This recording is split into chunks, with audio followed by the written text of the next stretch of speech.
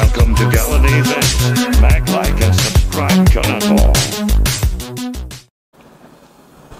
Okay mga tol, so andito tayo ngayon at meron tayong bagong miyembro sa ating photography vlogging team. Ito ay ang Insta360. Yeah. Action camera. So, kabibili lang namin ito. Matagal ko na itong pangarap. Sana all. Sa wakas, nabili rin. And then, itong action camera to is about 1 year old na. Simula nung ilabas siya last year. Meron na una dito yung X2 at saka yung mas lower edition niya. So, ito yung pinaka-latest ng Insta360. Okay? Yan. So, tara, unbox natin kung anong laman itong camera na to at kung ano yung mga kasama niya at anong klaseng camera ba ito.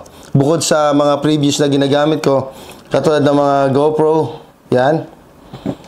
Another GoPro na camera. So, itong Insta360 is dual lens. So, tara, buksan na natin.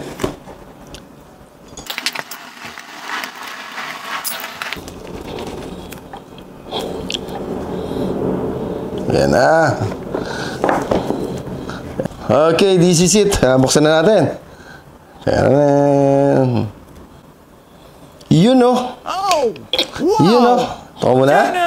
So, pag-open ng ating box ay andyan na ang mismo ang unit. The Insta360. Okay. Kunin natin itong box. Pamal naman ito. Ayan. Ito muna tayo. So, meron siyang QR code para sa guide. May QR code for guide. You can check it out in your cell phone. Scan it. Okay. And then, let's open up. Ayan, sa gilid. Okay. Yes. Sa unang labas is the charger. Okay. So, Type-C. Type-C charger and then the silica gel. Okay. So, dito na muna siya. Then, the next one is what's inside. I think it's a pouch. So, meron siyang pouch. Sala natin. Kain na natin yan. Okay. Small pouch, Insta360. So, meron siyang handle. Para sa safety, security, pag sakaling hindi mo ginagamit, then you can use it. Storage. Okay, dito na siya. What else? So, wala na. Yun lang. And then, the quick start guide. Ayan. Kung gusto mong basahin mo na rin. Pero, for me, hindi na siguro kasi marami naman tayong makikita sa YouTube about this one. Para mabasa natin din mga guidelines. Okay? Familiar naman tayo sa ganitong klase. So, tabi na natin to. And then, ano to? And of course, meron siyang sticker. Sticker, dalawa. 1 and 2. Isang dilawan sa isang puti yan. Ayos. Natin yan. Ito ay sirain na natin. Okay. Wipes. Wipes, panlinis ng lens. Oh, yeah. With the logo. Insta360. Okay. Yan. Ito lang laman ng ating Insta360 box. So, gabi natin. Okay, it's the main event. Ito na. Tingnan na natin. Let's go. Yun, no? Yun. Oh, ang ganda. Medyo mabigat siya, no? So, nakahawak na ako before nito sa kaibigan. Pero, iba pa rin talaga pag yung mismong sarili na. So, ito yung 360 natin. Yan. And, kaya nga sinabing dual camera. So, yan. Dalawang camera talaga. Okay. Yan. Ganda. Firm ng hold. Firm ng hold. Then, ang laki ng screen. Okay, so ito Insta360, ang aperture niya is 1.9. So sa mga nakakaintindi, medyo malinaw to. So pwede ito pang low light. Maganda to sa low light. Hindi lang ganun kaano talaga kasi syempre for ano, pero goods na goods to for ano, morning and noon time shoots. And then resolution nito is ano, 72 megapixel. 72 megapixel. Ang linaw nun mga tol. Sa camera nga, yung sa Huawei, nasa 50 megapixel na eh. Then may 100 pa eh. Tapos yung mga ordinary mga high-end camera, nasa 24 to 26 megapixel lang siya. So, yung 72 megapixel nito, abe, matibay, tindi. And then, kaya mag-shoot ito ng 5.7K, 5K, 4K, and 3K resolution. Sa single mode lens siya, kung isa lang gagamitin mong lens, kaya niya mag-shoot ng up to 4K. And then 3K, and then 1080p. Okay? So, sa 360 niya, 5.7K, oh, grabe. Ang sa akin, malinaw yun. Tapos, naka 25 to 24 fps pa siya. Then, yung photo format niya, syempre, mas maganda RAW. Naka DNG RAW. And then, single lens siya, 4 MP4, then 360. Then, meron din siyang HDR. And then, meron siyang burst and star lapses kung gusto mo mag-stargazing or something na mag-shoot ka for universe. Sa taas. So, ang shooting niya ng video niya, meron siyang standard. Then, yun nga, active yung HDR niya. So, talagang malinaw din yun. Hindi siya ganun kagandahan for me, sa mga nabasa kong review about GoPro. Pero, this one is packed with good quality video na makukuha nyo. And then, of course, meron siyang time shift, bullet time, then loop recording, mga pre-recording. Makikita nyo naman to sa mga ibang previous na nag-vlog ng Insta360. So, sa bigat niya, nasa 180 grams daw to. Okay? So, hindi naman siya ganun kabigat na pwede mo isuksok sa, sa mismong bulsa mo eh. Pero make sure na using ka nito. Okay? So, try natin kabit nga. Halagay. So, ayun. Ayos na rin. Para medyo secure yung Insta360 nyo kung hindi nyo ginagamit. Ayan siya. Okay. Yes, of course, meron tong gyroscope, 6 axis. So, talagang pwede mo siyang pag-ganon-ganonin. Ito yung camera na pwedeng gumawa ng small planet. Ito yung pwede kang gumamit ng mga ibang tricks dito. Marami pang pwedeng paggamitan sa 360 camera. Okay, so yun nga, ang USB Type-C ang gagamitin mo para dito. And then, of course, kailangan mong gumamit din pala ng SD card. So, sa binili ko, meron na siyang free o kasama na sa package na nabili ko. Meron na siyang SD card. So, buti na lang 64 gig yung naibigay sa akin. Kasi mostly binibigay daw 32 eh. So, okay na to, 64 gig. So, ilalagay na natin siya dito. And then, meron pa yung sticker. So, okay. Tara, dito na tayo sa mismong unit. Okay, ito yung latch para sa battery. And then, sa tingin ko, ito yung para sa latch for battery. And then, for siguro, memory card to. So, buksan natin. So, kiniklip daw siya ganyan. Yan. Pag may nakita yung pula, means open. So, beware kayo kasi, pwedeng pasukin ng tubig. So, ganun lang yun. Para nag-press ka lang, tapos sabay mo siyang gaganin. Ayan, open na siya. Then, ito yung mismong battery niya. Laki na. Okay din. Yung loob. And then, ito yung charging. So, ito yung charging niya. So, dito siya. And then, saan ba? Siguro sound to, sa sound. Ando doon sa loob yung mismong memory card. So, lagyan na natin yung memory card na. Lagyan natin yung memory card.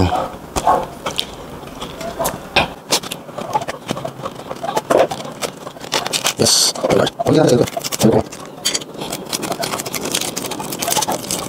So, ito na yung memory card. Gabit na natin. So, makikita mo siya, doon siya sa loob, So, pasok. 64. Madali lang tol.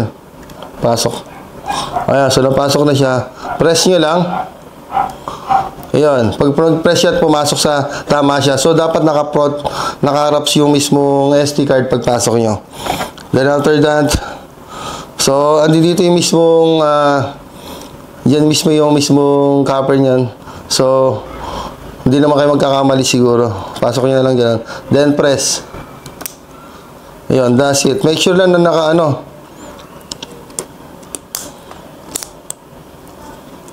make sure doon na nakasara. Ay, mali.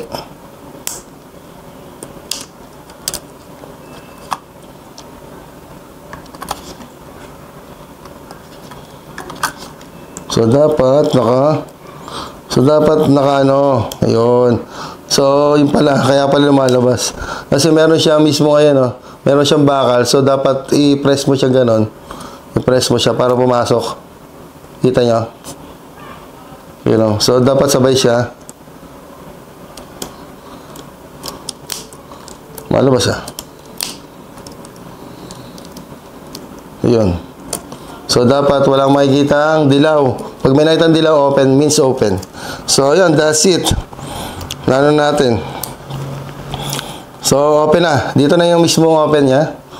So ito, di ko alam kung ano itong. So ito, open natin. Long press. Iyon. Ito na siya. Oh. Ito, medyo masalimot to eh. Hindi nyo natin makikita kasi masyado maliit. Okay, kung gagamitin mo siya, meron siyang auto and manual. Parang camera na lang din. So, kung novice ka o talaga professional ka, ay magja-jump ka dito sa mismong manual mode. Yun yung ginagamit ng mga professional. So, for me, alam ko naman yan. So, pwede natin gamitin yan sa manual mode. Pero kung gusto mo na mabilisan na automatic na lang. So, bahala na si Insta360 maghanap ng kanyang mismong details para sa mismong video mo. So, automatic na, hindi ka na maghihirap. Just play auto, okay? Okay. So, pag settings, slide down daw. Yan, slide down. Yan. So, ayan, yung mismo settings ng Insta360. Okay. So, okay, sa camera setting tayo. Okay, start tayo dito. Audio settings. So, kung gusto mong direction focus, with noise reduction, stereo, you can choose that. So, punta tayo sa with noise reduction para yung palo ng hangin hindi gano'n naririnig. And then, of course, kung may AirPods kayo, magkoconnect dyan AirPods. And then, of course, kung mayroong Bluetooth remote, dyan din magkoconnect yung remote. Ayan. And then, settings. So, andyan yung camera info. Ayan. So, may auto, Bluetooth wake up, kung gusto yung webcam zoom, anti-flicker. And then, meron din pala itong yan, auto sleep, kung gusto yung mamatay ng auto sleep siya. So, gawin ko lang 3 minutes sa akin. And then, language, of course, English. So, SD card ko, 64GB. So, meron doon, tama, 59. Magbabawas kasi yan for installation. Then, gyro calibration, kung gusto mong calibrate. So, for now, okay pa rin yan. Then, of course, the factory reset. And then, yun nga, yung sinasabi sa inyo, meron tong voice command. Voice control, English. So, English na. So, ito yung voice command. Take a photo, start recording, stop recording. Yan yung mismo. Okay. And then, dive case mode. Pag mayroong dive case mode, since wala tayong dive case mode. Okay. And then, stabilization stitching. So, sa ano na yan. Sa kanya na yan. And then, of course, only active HDR. Para maganda yung kuha. Vibration on. Ito yung quick capture. Kung gusto yung quick capture na, hindi mo na i-open. Pe-press mo na lang sa mismo yung sa shutdown niya. Okay. Ano ba?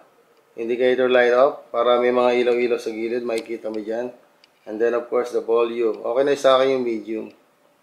So, yun lang yung mismong sa settings niya. And then, about sa camera. Yeah. Yan, loop recording, me mode. Me mode, yun yung ano eh. Para bang sa ano mo lang. Nakalimutan ko na eh. no! Ayan, me mode. Kung ikaw lang. Video. Photo. Loop recording, me mode. Yan. So, 360. Yung me modes pala, single lens. So, 360, yan siya yung mga features siya. Photo, HDR, HDR photo, burst, starlapse, loop recording, bullet time, time shift. And then for single lens, yun na nga, me mode, loop recording. Okay. Pag magbabak ka, magbabak. Ito lang siguro. Default, FOV, 1690. Pwede mo siyang baguhin. Pwede siyang 916 for portrait mode and 1619. And then resolution, 4K, 360 yan. 1080p. Usually, standard, kung gusto nyo na, para kung ang hirap kasi mag-edit ng 4K, masyadong malaki yung files na kukunin doon. So, suggest ko sa inyo, always 1080p and then 60. Mag 60 frame rate na kayo, wag na kayo mag 30 frame rate. Mas maganda yung 60 frame rate. Tapos 1080p lang. Okay na yan. Mas maganda for editing sa mga cellphone, laptop. Okay, para hindi gano'ng masyadong malaki yung files at masyadong loaded. Of course, siyempre ultra wide. Yan. FOV, ultra wide, linear. Then, kung gusto nyo na medyo pang mga landscaping, go for the ultra wide. Okay? Yun ang kunin nyo, ultra wide. Then, kung mga for selfie, go for the linear. Okay, yun. 4K resolution lagi,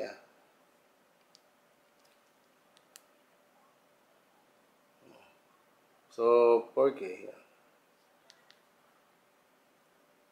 So, pag 360, okay. So, ayun nga, may 5K tayo sa, pag naka 360 ka, 5K, then ang frame rate niya 30. Okay na yan. Masyado malaking palis na yan. And then, or then 40, meron siyang 66K, 60 frame rate. Okay. Pag wala kayong editing ng 4K, hindi kayo familiar, you just go for the, ano na lang. Bagay, ano naman yan mag-automatic naman sa editing bababaan nyo na lang mismo sa mismong files nyo, bubaba kayo ng 1080p or 60. Okay din naman 5.7 kung kaya naman. Okay, that's it. Yun lang. Harap. Likod. Harap. Likod. Harap. Likod. Okay. So, yun. That's it. Madali lang. User-friendly. Then, kung gusto nyo i-view yung mga video nyo, yun nga, kung gusto nyo i-video yung video nyo, swipe right. Ayan. So, ito yung mga video ko na pinagkukuha kanina. Okay. Ayan na. Then, punta ka doon para maging, grid siya. Okay. Okay na yan. Then, back. Ayan. Pag sa right man na, yun. Pag gusto mo manual and auto mode, for professional mode, go for right. Pero kung hindi naman, ayos na yan, at least na yan. Plug and play na yan. So, yun. Okay, so basahin ko na lang yung mga features nito. Almost same lang din naman to sa GoPro. Medyo kakaiba na to kasi dual camera. So for now, kung tapos ka na dito sa mismong panel board niya, sa mismong settings niya, na-setup mo na. Okay, and then yun, pag-aralan ko na lang ito mamaya. Masyado mahaba to So yun, goods na nga to. Ito na yung mismo So pag mababak na tayo, yun, pag magbabak na, press na lang ito. Ayan. Nakikita ko dito, wide angle talaga siya. Kasi ito yung mismong lens niya, Sa mismong lens yan, sasagad na sagad mismo yung gilid. Kuwang-kuwa yung sa gilid yan, camera na yan. Tapos sa kabila rin, nakasagad din sa camera. So, ang gagawin ni 360, i-stitch niya yung buong left and right mo, pati top, saka yung sa baba niya. So, kaya nagkakaroon siya ng parabang little planet. Ganong kaganda tong camera na to. So, for me, isa to sa the best na camera kong nabili. Kasi, bukod sa GoPro, marami na akong GoPro nabili talaga. Mamaya, pakita ko sa inyo after this.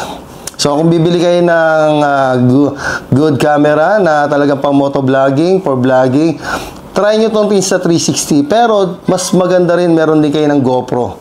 Maraming GoPro edition from Hero 3 to 12 na ngayon. So, I bet ito yung mga camera na dapat yung bilhin.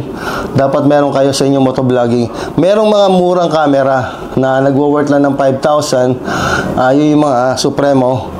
Pero for sure ako, sa quality okay din naman. Pero talaga kung gusto mo talagang long time and then talagang high quality video, pictures, go to GoPro. Yun talaga yung pinaka-the best ng motovlogging. Kahit saan mo dalhin yun. Talagang pangmalakasan yun. Either, kahit nasa underwater. Gusto ang GoPro. Matagal ko nang gamit yun. And then, isa pa to, lumabas itong Insta360 na which is na dual cam, dual lens. Then talaga namang yung experience mo sa vlogging talagang may enjoy mo. And then, ang sarap mag-video pa, no? Bukod sa, I'm a photographer also, I'm also a user of Sony. Pero, syempre, yung camera na yun, medyo mabigat. Talagang pang photoshoot lang siya for wedding. Yes, pwede na rin sa mga simpleng mga picture.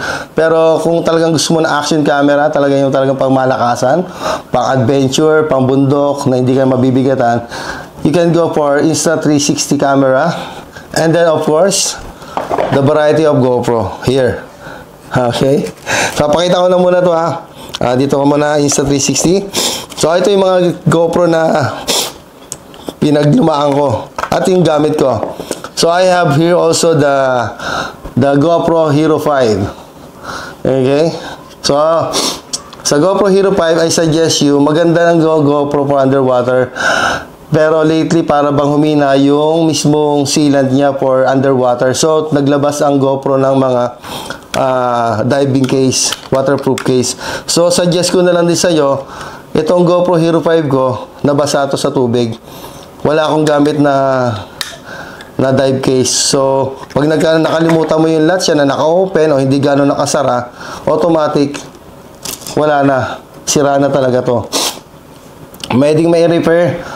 Pero gagastos ka rin talaga ng malaki. So, good siya. Pag bago ang camera, pwede mo siya i-underwater kahit na walang case. Pag mga bagong camera, makakabibili mo lang. Pero as time na ginagamit mo yung camera mo, use the underwater case. Okay? So, ito yung pangalawa ko. Yung una ko yung Hero 4. Kaso nawala yun sa Baguio, umakyat. And then the next one is the Hero 8. Ayan, Hero 8. So, isa to sa pinakamaganda. Kaso, yun nga, nabasa rin ng tubig. Grabe, nagsasayang ako ng pera. Hindi ko rin sinasadya, aksidente. Hindi ko alam kung bakit eh. Properly closed na siya, pero when I dive na, hindi ko alam bakit pinasok ng tubig. Siguro sa katagalan kasi almost a year na rin to eh. So siguro baka ganon. Yung sealant nagpe-fading. So dapat kailangan nyo talaga ng underwater. And then the last time, at ito na yung pinakahuli kong GoPro. I think okay na ako dito. Ito yung Hero 10. Okay, Hero 10. Yeah. Hero 10. So ito isa sa pinakamagandang camera na ginawa ng GoPro. Itong edition ng Hero 9 and 10. Ito yung may dual camera, dual monitor. Pwede mo pwede kang mag-view dito na mag-view mo yung mukha mo sa harapan. Pwede ka rin mag-view yung sa likod. Ayan oh. So pwede kang good na good to for vlogging, for selfie vlogging. Yan. And then naka max lens mode na to. Itong max lens mode detachable to. This one cost you 5,000 to 6,000 pesos. Detachable yan. Oh, yan, tanggal. 'Di ba? So okay na okay to kasi wide lens to. Talaga good for video talaga for sample kaya okay na okay. Ayun nga. So, Hero 10, meron na Hero 11, Hero 12, pinagkaiba lang naman nila. Eh, yung mga nag-jump lang yun ng konti about sa specs. Pero sa dating at sa quality ng video, okay na okay dito yung Hero 9 and 10. So, ayun, ito yung mga GoPro na gamit ko for action camera. Sulit to, di ba? Gagastos ba ako ng 4? Actually, 4 na yung GoPro ko. Yung Hero 4, then the Hero 5, the Hero 8 and the Hero 10. Gagastos ba tayo ng ganyang klaseng action camera kung hindi maganda tong GoPro na to? Di ba? Di ba? O, yun. Since mahilig ako mag-picture talaga. And then vlogging. And then, yun. Siyempre, memories. And you go for, post natin sa video. Mayroon tayong babalikan. So, goods na goods yan. Okay. So, ngayon, dalawa na uli ang camera ko. Isang Insta360 at isang GoPro. So, tandem tong dalawang to. Gagamitin ni Joyce yung isa sa misis ko, din ako ito. O ito sa kanya. So, paglalaroan namin to, kung anong mabibigay sa aming magandang memories at pictures, video nitong dalawang camera nito. Okay, so yun. So, ito, yung sa stick niya. So, modern na ako sa Lazada na lang. Mahal kasi yung original nito mga to. Nasa 4,000 plus yun. Pareho lang din naman sila ng features. Original lang, pinagkaiba lang original lang. Pero sabi ko, medyo ano na lang ako. Dito na lang ako sa medyo hindi siya branded, pero pareho lang din naman ang binibigay na service nun. So, doon mo siya ilalagay dyan para sinatawag nilang invisible stick na tinatawag. Papakita yun sa mga susunod na video ko. And yun nga, so far talagang ito lang yung laman niya. Wala na siya ibang laman. Hindi ko na may pakita. Pero madali lang yun. Para ka lang nagkabit ng ano yan. ng sa GoPro mount. Okay.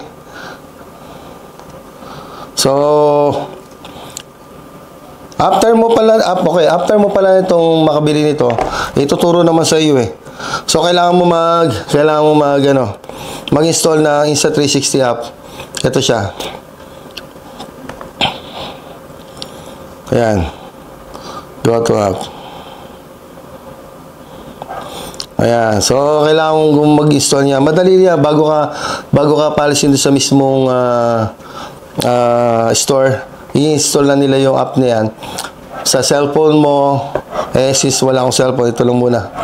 So, dito na mas maganda kasi mas maganda yung view, wide angle. Meron akong iPad. So, dito na siya. Yan, diyan ko na install yan. Diyan ko na mabubi yung mga video na galing dito. And then, yung mga files ko, itatransfer ko na sa mismong laptop for editing. Okay? So, that's it mga tol. Ano pa ba? Teka. Okay nga pala. Ito pa pala. So, itong Insta360 is waterproof na nga. Yun sinasabi nila. For 30 meters. Pero make sure lang na yung latch niya naka-close talaga. Kasi kung hindi, papasukin ng tubig. At sabi sa akin, para bang magiging portable na lang to. Sira at masisira. Wala pang nagre-repair. So, I suggest to you na wag mo na lang munang gamitin sa swimming. Kung gusto mo ilublob siya sa tubig, kailangan bumili ka muna ng waterproof case. Kasi sayang mahal din to eh. This Insta360 will cost you 28,950 cash.